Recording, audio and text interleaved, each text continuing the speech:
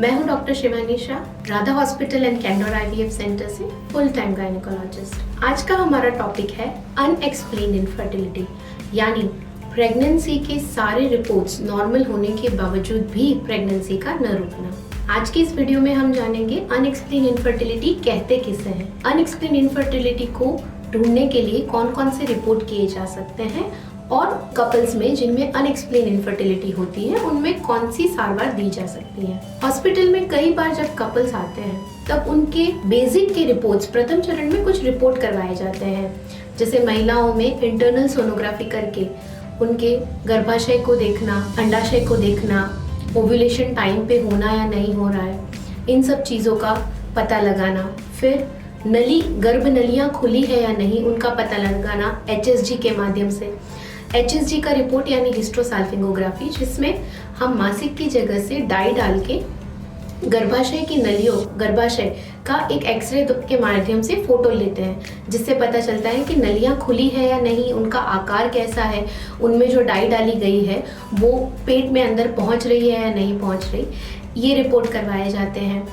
पुरुषों में वीर्य का रिपोर्ट करवाया जाता है, जिसे सीमेन एनालिसिस कहते हैं। शुक्राणुओं की संख्या कितनी है, उनकी गति कैसी है, शुक्राणु, जितने भी शुक्राणु दिख रहे हैं वो अच्छे हैं या डिफेक्ट वाले हैं। ये सब रिपोर्ट नॉर्मल होने के बावजूद भी प्रेगनेंसी नहीं रुकती है। इन केसेस को अनएक्सप्लेन्ड इनफर्टिलिटी कहते हैं।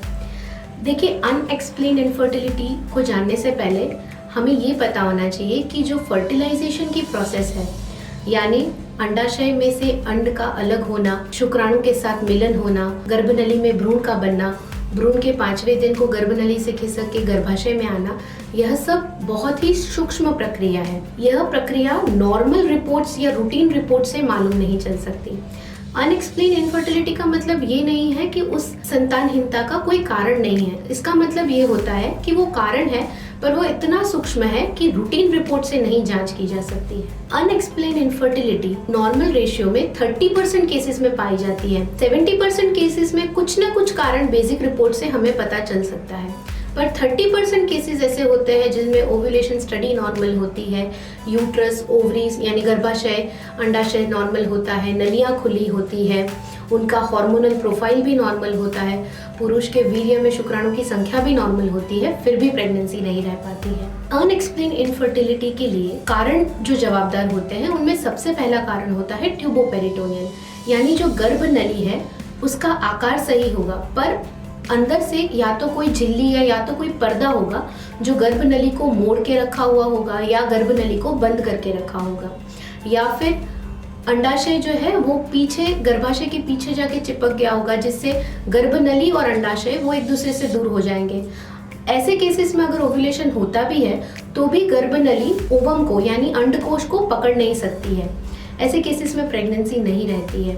दूसरा कारण होता है सर्वाइकल फैक्टर। सर्वाइकल फैक्टर में गर्भाशय के मुख पे वीर्य में पाए जाने वाले शुक्राणु के अवरोध में एंटीबॉडीज होती है जो वीर्य से अलग हुए शुक्राणु के साथ जुड़ जाती है और उन्हें मार गिराती है, जिसकी वजह से शुक्राणु गर्भाशय के अंदर नहीं जा पाते। इसके बाद एक कारण होता है अंडकोश का बाहरी आवरण। बाहरी आवरण इतना कड़क होता है कि कोई भी शुक्राणु अंडकोश के अंदर नहीं जा पाता, जिसकी वजह से अंडकोश और शुक्राणु के इकट्ठा रहने के बावजूद भी उनका मिलन नहीं हो पाता और भ्रूण नहीं बनता।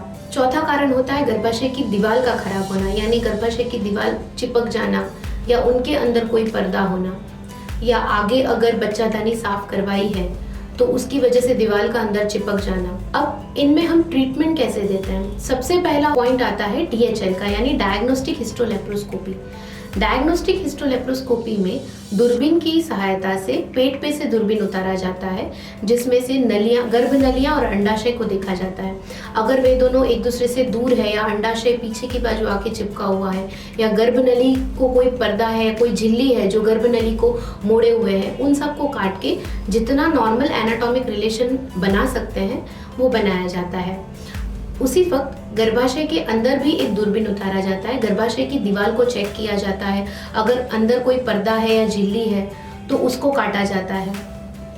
अगर DHL नॉर्मल है तो हम पेशेंट को IUI का ट्रीटमेंट का ऑप्शन देते हैं। IUI में वीर्य को साफ करके, शुक्राणु की गति बढ़ा के, अच्छे शुक्राणुओं को अलग करके उनको पोषक तत्वों के साथ एक छोटे से कैथेटर या नली द्वारा गर्भाशय के मुख को पार करते हुए गर्भाशय के अंदर रखा जाता है।